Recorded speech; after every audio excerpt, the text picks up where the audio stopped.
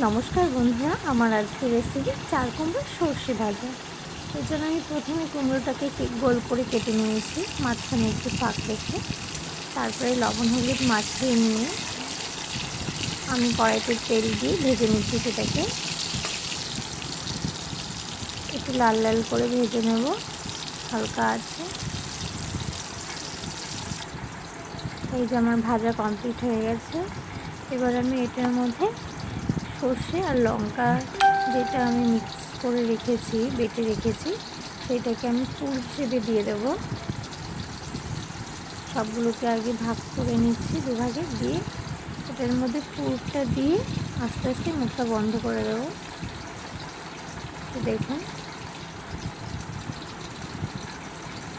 আমি এই পেস্টটার মধ্যে লবণ হলুদ আমি দিয়ে দিয়েছিলাম পরিমাণ মতো।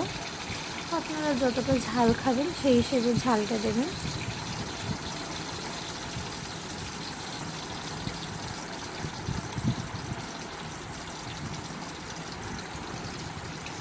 এই যে আমার পুর ভরা প্রায় রেডি হয়ে গেছে।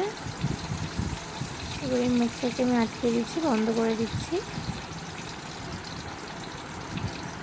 খুব সহজ রেসিপি, আপনারা করে গরম গরম ভাতের সাথে খাবেন, দেখবেন খুব সুন্দর লাগবে। এবার এই মশলা দিয়ে পুরটাকে আমি আবার একটুখানি তেলে ফ্রাই করে নেব।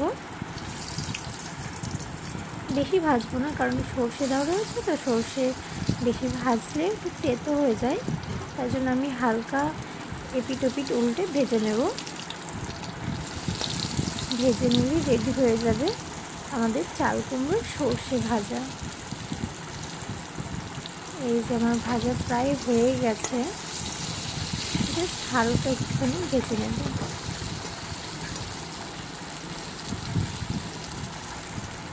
তোমরা কিন্তু রেসিপিটা করে খেয়ে জানাবে কেমন হয়েছে।